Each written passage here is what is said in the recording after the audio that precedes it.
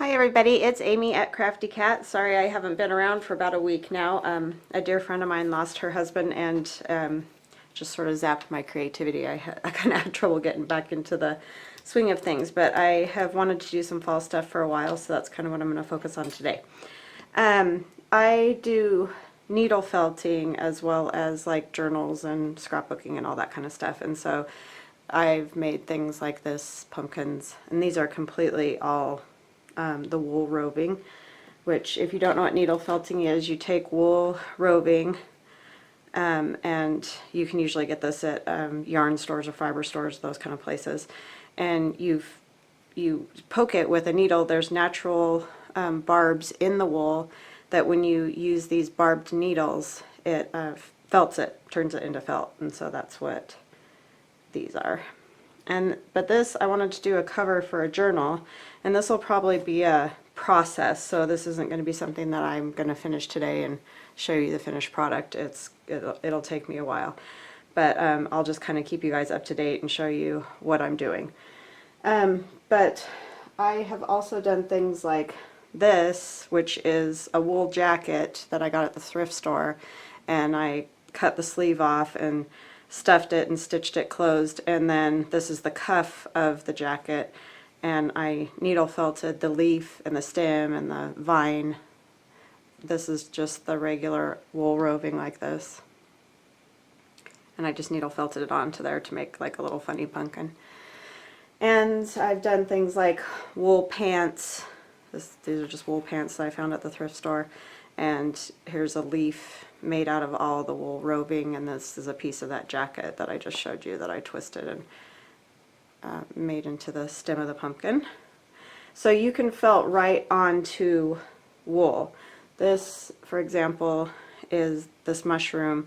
It is the jacket, a piece of the jacket, and I've needle felted the green, kind of like lichen or whatever you might want to call it, moss on there, and then it's felted right into the base of this, which is all wool right here, and I put some leaves on there and other little funny things like that, so you can see so you just have to make sure when you go to the, if you want something like that, you go to the thrift store, it has to have a fairly high percentage of wool. It doesn't have to be 100% for this to work.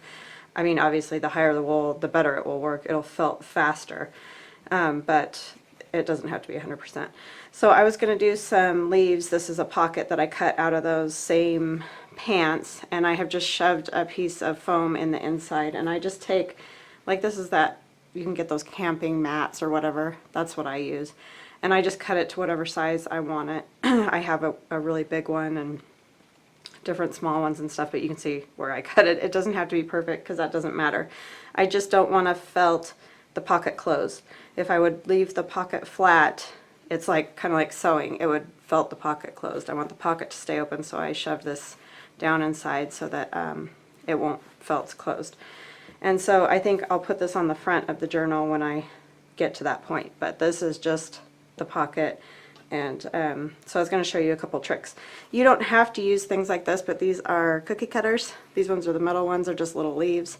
So if you place it on there and start felting your wool into it, it'll give you a good shape. And you might have to do like some fixing of the edges and things like that, but it really does help move the process along and makes it a little easier if you can't do that yourself, which I know is hard because sometimes it's hard enough to draw things, much less needle felt them. So you just break off a little bit of the wool like this, and sometimes I even, do it smaller.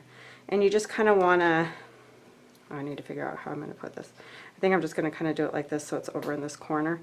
Can you guys see that? Yeah.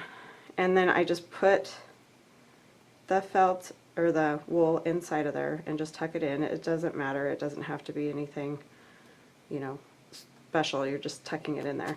And then, let me tell you about needles a little bit. So you can usually buy needles if you have a wool fiber store, they'll a lot of times have needles of different gauges. The higher the gauge, the easier it is to poke the needle into the wool. However, it won't felt as fast, and you don't get as much detail. See, like when I did this little pumpkin, I used a higher gauge needle to do these parts in here to get that nice line, because it kind of grabs the felt a little bit more, or the wool a little bit more, and you can get a more drastic line. So that's what you would use. But for the body of it, when you're just trying to make the circle of it, you can use a higher gauge needle that's easier to poke into the wool. And then they also make things like this that have multiple needles like that. I don't know if you see, it's kind of a hard thing.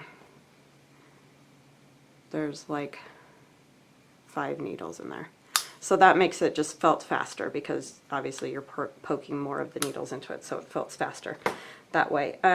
There's all different types. My favorite is this, and I really do use about a 40 gauge needle most of the time. So that's just what I like, and everybody's different. A lot of people like using the multiple needles the most. I just feel like I have a little bit more control with a single needle. So anyways, you're just going to keep taking pieces of the wool and tucking it down in there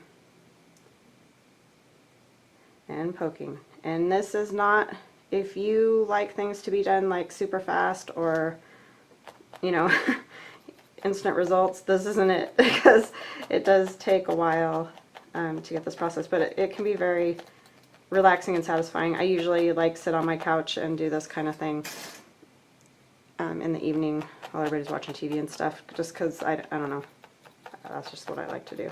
If you like to fussy cut and do stuff like that, then this might be something that you would like doing. So I'm just going to keep tucking some in there, and I don't want this to be a super thick leaf, but I don't want to be seeing the gray wool either. So, and it's good if you come like right along the edge of the cookie cutter. I'm just running that needle up and down right along the edge, because that'll give you the most detail. If you just do it in the middle, you're gonna kind of just end up with the blob. So it's good to get right in next to this, because this is where the detail is on this, especially this particular one. And you want to make sure you get, you know, do some poking down in this part, which is the stem of the leaf. I'm going to set that there for a minute, and I'm going to take another color. I like to have some variation in mine, but if you just want it the one color, then just do it the one color. I'm going to stick this down here, and sometimes it doesn't want to, so ow, and you poke yourself, which I do very often. Those needles are super sharp, so just be careful if you do this. But I have definitely gone right through my thumb with them, and they bleed a little, but it's fine. I don't know if you guys are seeing it all. You see in there? Just trying to make sure I get in all the little crevices. And like I said, this can be a very slow process, so if you don't want to take the time to mess around with it, then I wouldn't suggest this as a good craft. But it's really cool when you get one done. These are actually super easy, these little pumpkins, especially a little tiny one like that, because you're just making a ball out of the wool, and it's like sculpting kind of, so you just keep poking until you get what you're looking for. So I'm going to take just a little bit of green, because you know sometimes fall leaves, they still kind of have a little bit of green in them. And if it comes off, like see, you're already starting to see the shape, you can just put it back on. It's really not that difficult to keep the shape. You just kind of have to get in the edges again. And okay, so I'm going to take a piece of the green. Actually, I think I'm going to, this is hard because this is not flat, because this pocket is poofed up from the foam being in there.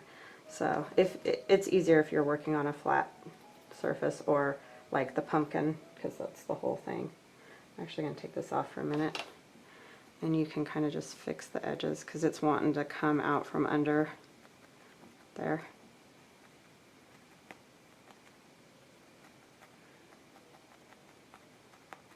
So I hope everybody had a good weekend. like I said, mine was a little bit of a bummer, but I just feel so bad for my friend. So hopefully she gets lots of love from her family, so I think it'll be fine.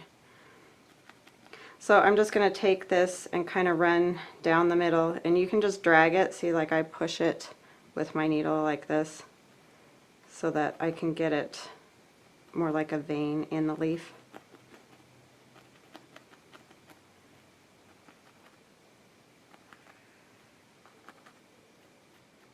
And I don't even know if this is going to work to do a cover out of wool, but I want to try it because I love all my wool stuff.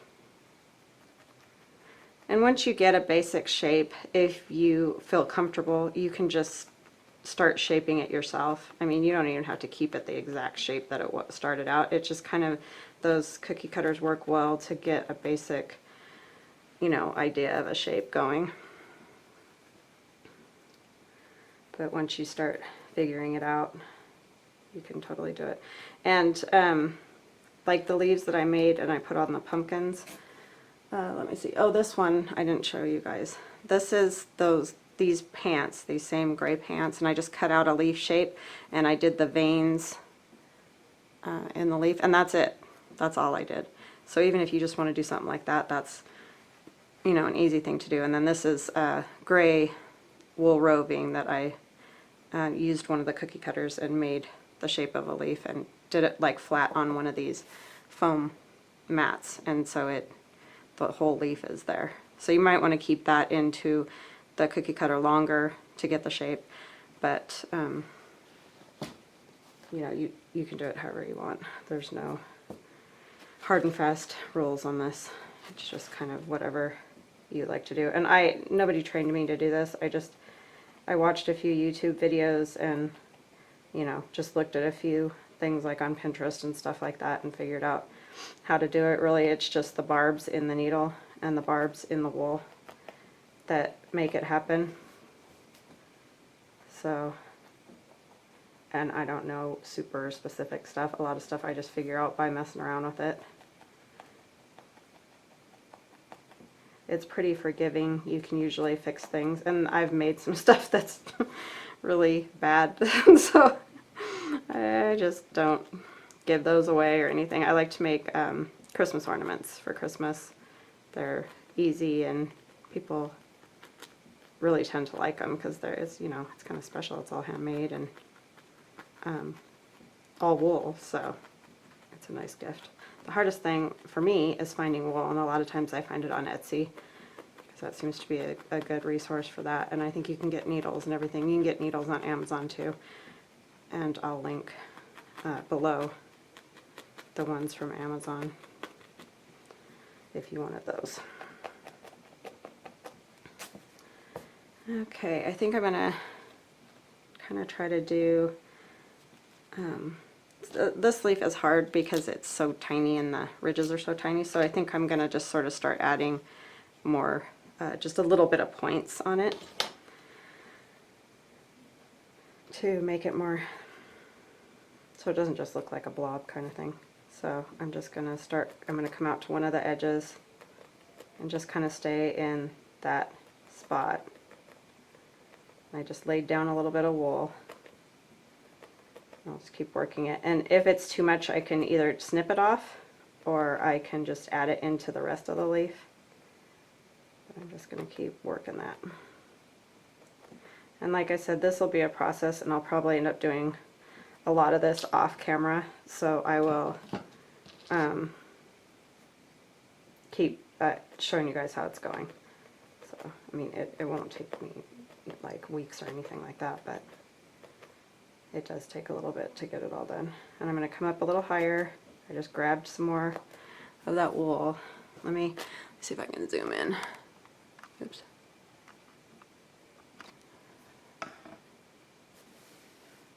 See, the problem with my camera is once I zoom in, it's kind of fuzzy.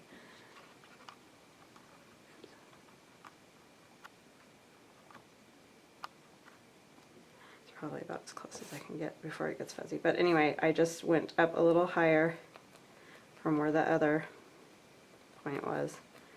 and just started poking in one spot. You just can't be real erratic, or you're not going to get the detail. You'll just get, you know, the wool sticking everywhere that you don't want it to be.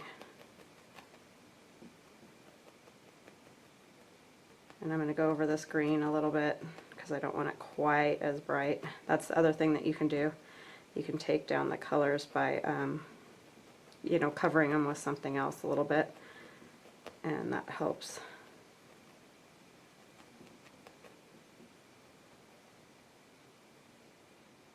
So it's not perfect yet, but I'm going to show you. See how you're starting to see like a couple points right there and right there. Okay, so I'm just going to keep going.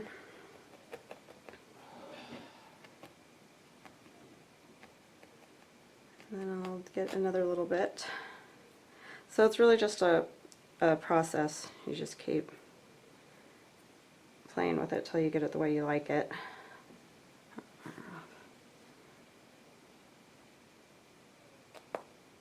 And for a while when I first started, I was buying these mats that you can buy with needle felting supplies. They tend to be really expensive for just a piece of, well, foam in the first place is just really kind of expensive, but it's a lot cheaper if you can get some in packing material, or like I said, I had a whole, like a camping mat, and a friend and I did a 4-H project with a group of kids, and we needed, you know, a lot of foam to let them make some different things. And so we bought the mat so that we could cut it up into pieces, and that was okay. Hi guys, sorry, I'm back. My memory card filled up and I didn't know it was going to do that, so yeah, I'll have to hook these two videos together. But anyway, I can't really remember where I was at the moment because I had to go delete a bunch of files. Anyways, so we're working on this, and you see there's the 3 little things. So I'm just going to kind of keep working on those. And I want to thank all of you guys a lot, all my subscribers. You guys are awesome. I have made it to just over 200 subscribers, and I'm very excited about that. I never thought that I would get that many. So thank you so much for your interest and all your kind comments and wishes and all of it. It's great. It's a great community, all these ladies crafting, and men. I haven't really had, I've had I think a few men subscribers, but I know it's not really a thing that they're probably into. But yeah. So I really do like watching crafting videos because there isn't anything on TV anymore like there used to be, and so I just think it's neat that everybody supports each other and sends out good wishes to each other and all that, because that's kind of, you know, what we all need, especially when we're creating, because it's our creative process is a big part of our time, and it's just nice to have people validate it and, you know, like what you do, and because it is a big part of all of us who craft, I'm sure. So it's just nice to have that. So thank you all very much. You guys have been awesome.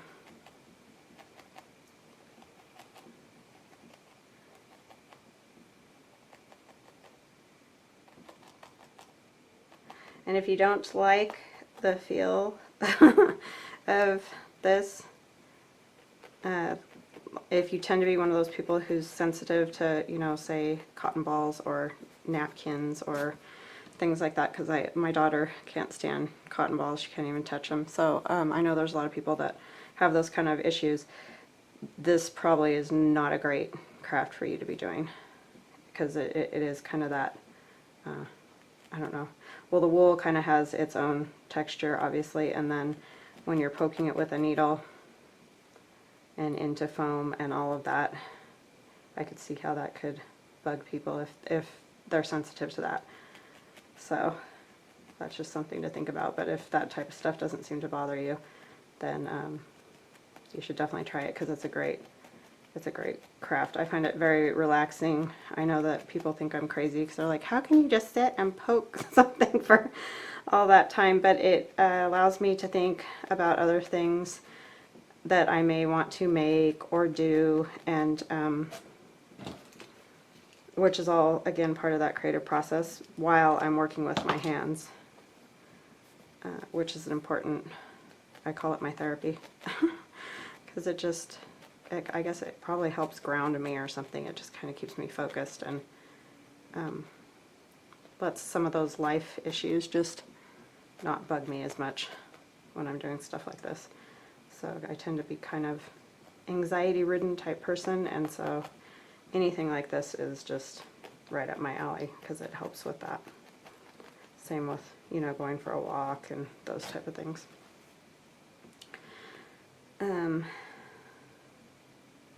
So I really like it, but a lot of people find it tedious. So, and it's funny because I really have trouble sewing. I have trouble, you know, I don't really love patterns. I don't love all the ironing and the things that go along with that. I find that too tedious, but then these kind of things I don't. So I don't know. I think it's just all in what works for you. So this is, as you can probably tell, pretty forgiving because I'm just taking pieces and poking away, and it's starting to kind of look like a leaf. So let's see, this kind of, oops,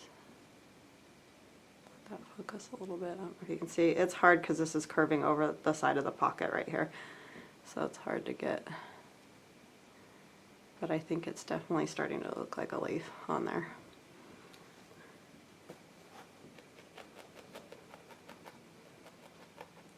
So if you do have some wool and you have already started needle felting in that, you could go grab a piece of wool and some wool fiber. You can also do this, what we did with the kids when we did it for 4-H was we used cotton batting. So if you use 100% cotton batting, we allowed them to make, like, a lot of them made emojis and things like that by doing this. And they were a little bit older kids. They weren't like little kids because obviously these needles are not conducive to that. But they're a little bit older, and so they made smiley faces and just all kinds of crazy things, and it sticks to that cotton batting too. So cotton's a great thing to stuff these with. Like if you're making Christmas ornaments and you don't want to just use a giant ball of your wool because, you know, it is a little bit pricey, you can put some cotton in the middle, and that helps, you know, with your price a little bit, costs a little bit. So, but the cotton batting works great. We just cut it into like circles or squares or whatever, and the kids could lay their stuff flat. We had them lay them flat because we didn't want them, you know, picking everything up and stabbing their fingers and things, because I've done it many times. And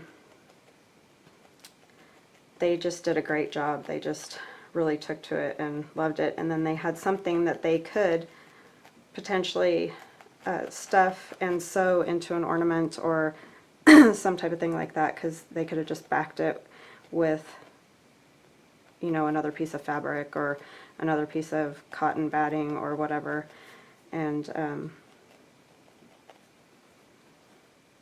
had a great little ornament to hang or a gift to give someone, or they could have even attached it to, like, you know, a bag, backpack, something like that. So it will, you can felt into cotton.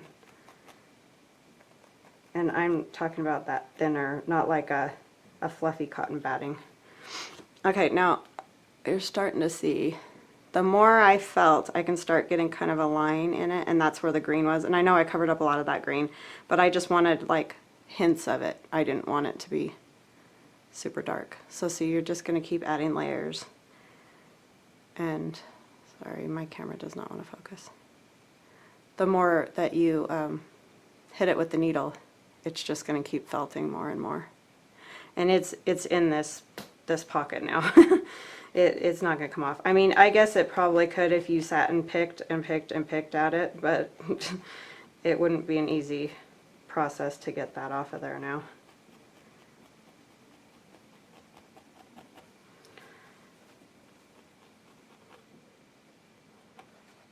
The kids had sorry, I'm out of frame again. The kids had a lot of fun making this, though. That's a great project if you got like if you have a teen group at church or something like that. They like doing stuff like that. You can also do wet felting, which we did. We had them. I'm gonna back up my camera a little bit. Oops.